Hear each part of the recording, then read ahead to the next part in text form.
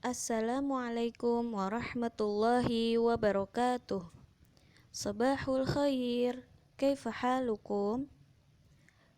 Kembali lagi bersama Bu Friska dalam pelajaran sejarah kebudayaan Islam. Al-an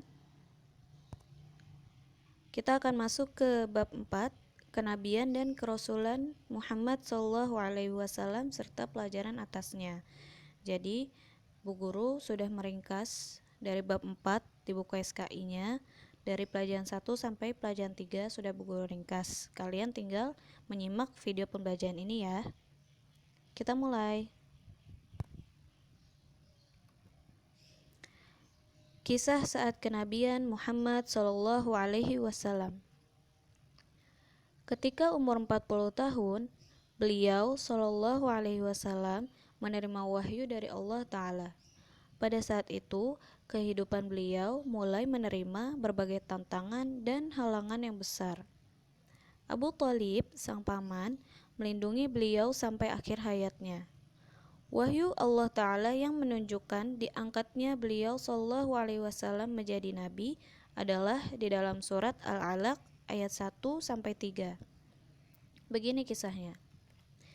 Malaikat Jibril alaihi salam datang menghampiri Muhammad SAW di Gua Hiro sembari berkata, "Bacalah." Lalu aku, Muhammad, menjawab, "Aku tidak bisa membaca." Beliau bertutur lagi. Kemudian Jibril memelukku hingga aku kehabisan tenaga, lalu melepaskannya sembari berkata, "Bacalah." Aku tetap menjawab, "Aku tidak bisa membaca." Lalu dia untuk kedua kalinya memelukku hingga aku kehabisan tenaga. Kemudian melepaskannya seraya berkata lagi, "Bacalah." Aku tetap menjawab, "Aku tidak bisa membaca." Kemudian dia melakukan hal yang sama untuk ketiga kalinya sembari berkata, "Bismillahirrahmanirrahim. Iqra' bismi rabbikal ladzi khalaq. Khalaqal insana min 'alaq. Iqra' wa rabbukal akram." Yang artinya, bacalah dengan menyebut nama Tuhanmu yang menciptakan. Dia telah menciptakan manusia dari segumpal darah. Bacalah, dan Tuhanmu lah yang maha mulia. Nah, jadi anak-anak, soleh dan solehah, dalam kisah ini kita bisa melihat bahwa Nabi Muhammad pertama kali bertemu dengan malaikat Jibril di Gua Hiro. Nah, di Gua Hiro ini malaikat Jibril menurunkan wahyu dari Allah Ta'ala untuk Nabi Muhammad SAW ya. Jadi Nabi Muhammad pertama kali diangkat menjadi nabi adalah ketika umur 40 tahun, yaitu di Gua Hiro. Dan yang menyampaikan wahyu dari Allah yaitu malaikat Jibril kepada Nabi Muhammad SAW. Dan wahyu Allah yang menunjukkan diangkatnya Nabi Muhammad menjadi nabi adalah di dalam surat Al-Alaq ayat 1-3. Kita lanjut ya.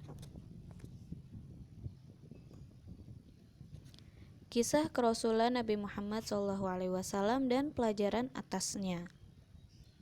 Beberapa saat setelah menerima wahyu, beliau Nabi Muhammad SAW menyadari bahwa sekarang diri beliau telah diangkat dan ditetapkan Allah Ta'ala sebagai nabi.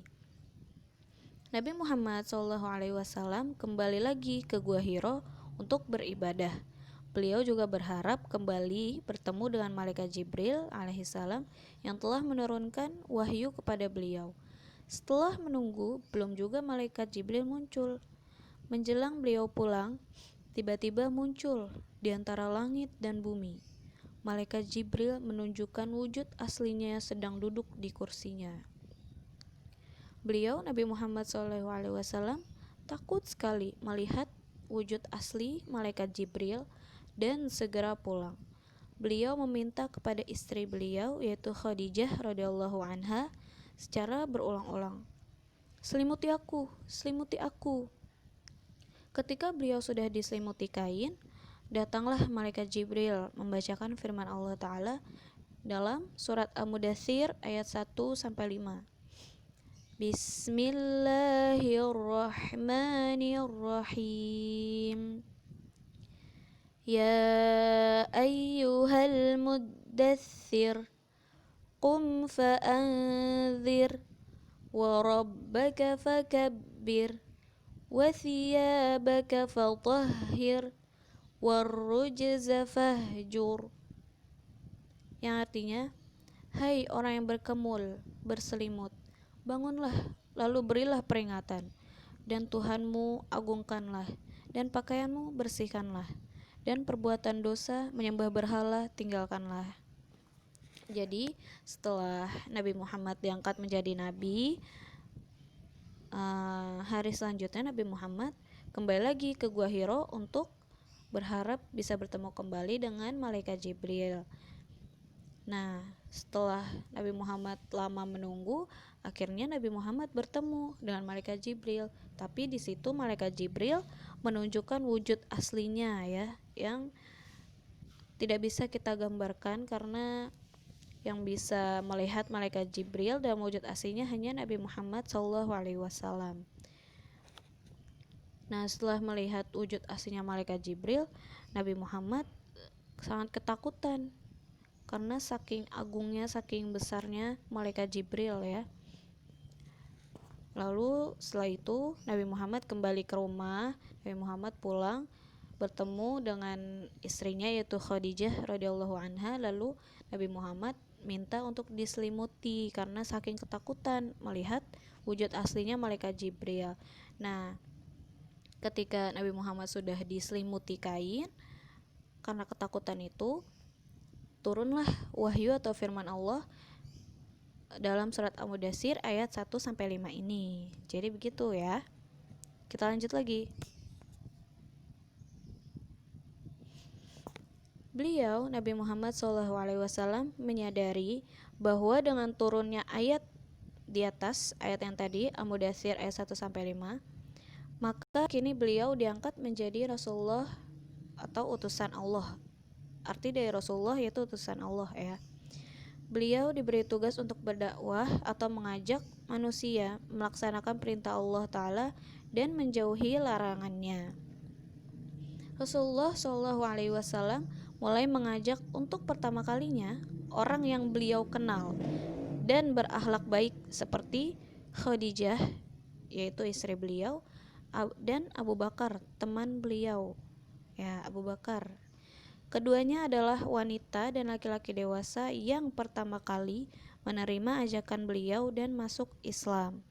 Kemudian dari kalangan anak atau remaja yang pertama masuk Islam adalah Ali bin Abi Thalib, adik sepupu beliau. Dan dari kalangan remaja yang berkedudukan sebagai budak yaitu Zaid bin Harithah yang pertama kali masuk Islam ya. Melalui kerjasama dakwah dengan Abu Bakar, maka masuk Islamlah sejumlah orang berikut ini, yaitu ada Utsman bin Affan, Thalhah, ada Zubair, ada Sa'ad bin Abi Waqqas, Abu Ubaidillah bin Jarrah, Abdullah bin Mas'ud, Sa'id bin Zaid, Bilal bin Rabah, dan Khobab bin Al-Ard. Mula-mula dakwah dimulai dengan sembunyi-sembunyi. Kemudian dakwah Nabi Muhammad dilakukan secara terang-terangan. Dakwah dengan terang-terangan ini, Rasulullah dan kaum muslimin mendapatkan ujian berat seperti dicaci, dihina, dipukul, dilempari batu, dituduh dengan tuduhan yang buruk, dan lain-lain. Masih banyak lagi perbuatan buruk yang dilakukan oleh orang-orang yang tidak suka dengan dakwah Nabi Muhammad. Dan tokoh Mekah yang paling membenci dakwah Islam dan menentang dakwah Rasulullah adalah paman Rasulullah sendiri, yaitu Abu Jahal. Demikian pula ada tokoh lainnya yang tidak suka dengan dakwah Rasulullah, yaitu Abu Lahab dan istrinya Ummu Jamil. Tetapi Rasulullah dan kaum muslimin semua, mereka tabah, sabar, dan terus mengajak manusia agar mereka masuk ke dalam Islam dan beribadah kepada Allah Ta'ala. Melaksanakan perintah Allah dan menjauhi larangannya berupa beribadah kepada Allah, sekaligus meninggalkan kesyirikan. Berdakwah atau mengajak manusia agar mereka masuk Islam merupakan tugas Rasulullah SAW yang selayaknya bisa kita teladani demi meraih ridho Allah Ta'ala. Ya, jadi setelah Nabi Muhammad diangkat menjadi Nabi dan diangkat menjadi Rasul Allah, ya, kemudian Nabi Muhammad ditugaskan untuk berdakwah atau mengajak manusia ke dalam ketaatan, yaitu ke dalam agama Islam, untuk melaksanakan perintah Allah dan menjauhi larangan-larangan dari Allah, ya. Nah, ketika Nabi Muhammad mengajak atau berdakwah orang-orang untuk masuk Islam, ada dua orang yang pertama kali masuk ke dalam Islam. Ini dari orang terdekat Nabi Muhammad, ya. Jadi Nabi Muhammad pertama kali berdakwahnya ke orang-orang terdekat beliau, ya, orang-orang terdekat beliau atau keluarga, dari keluarga Nabi Muhammad dulu. Orang yang pertama kali masuk Islam yaitu Khadijah. Siapa Khadijah? Ya, Khadijah adalah istri Nabi Muhammad. Lalu ada Abu Bakar. Abu Bakar ini temannya Nabi Muhammad, teman dekat, ya, teman dekat atau sahabat Nabi Muhammad SAW, yaitu Abu Bakar As-Siddiq, orang yang pertama kali masuk Islam. Nah, setelah itu ada orang-orang lagi yang masuk Islam setelah Khadijah dan Abu Bakar As-Siddiq. Setelah itu ada Ali bin Abi Thalib, sahabat Nabi juga, ya, sahabat Rasulullah. Lalu ada Zaid bin Harithah, yaitu budaknya Rasulullah SAW. Nah, setelah itu banyak lagi orang-orang yang masuk Islam setelah Nabi Muhammad berdakwah dengan Abu Bakar As-Siddiq. Ya, ada banyak seperti Utsman bin Affan, Tolha, Az-Zubair, dan lainnya, ya. Kalian bisa baca lagi. Lalu dakwah itu tidak bisa langsung disampaikan secara terang-terangan. Nah, Nabi Muhammad dan kaum muslimin memulai berdakwah dengan sembunyi-sembunyi, ya, diam-diam gitu. Karena zaman dahulu ketika masih zaman jahiliyah, orang-orang kan masih menyembah patung, ya. Kalian masih ingat orang-orang masih menyembah berhala. Tapi ketika dakwahnya dilakukan secara terang-terangan atau secara terbuka, Rasulullah dan kaum muslimin menerima perbuatan yang buruk atau ujian yang berat seperti dipukuli atau dicaci maki atau dihina orang-orang, dilempar batu dan lain sebagainya, ya. Banyak perbuatan buruk atau ujian-ujian berat yang dialami atau dirasakan oleh Nabi Muhammad dan kaum muslimin ketika mereka berdakwah untuk mengajak manusia ke dalam Islam. Dan ada orang-orang yang sangat membenci dakwah Islam, yang paling membenci dakwah Islam dan menentang dakwah Rasulullah. Yaitu siapa? Ya, yaitu pamannya Rasulullah sendiri, yaitu Abu Jahal. Abu Jahal ada orang yang paling menentang dakwah Rasulullah dan membenci dakwah Islam. Tapi banyak juga tokoh-tokoh yang membenci dakwah Rasulullah juga atau menentang dakwah Islam.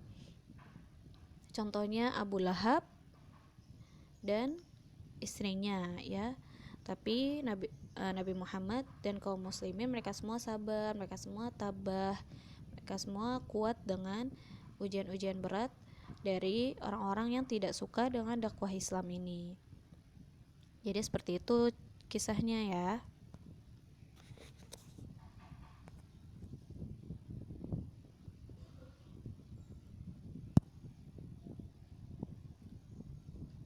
Nah, thayyib, barakallahu fikum.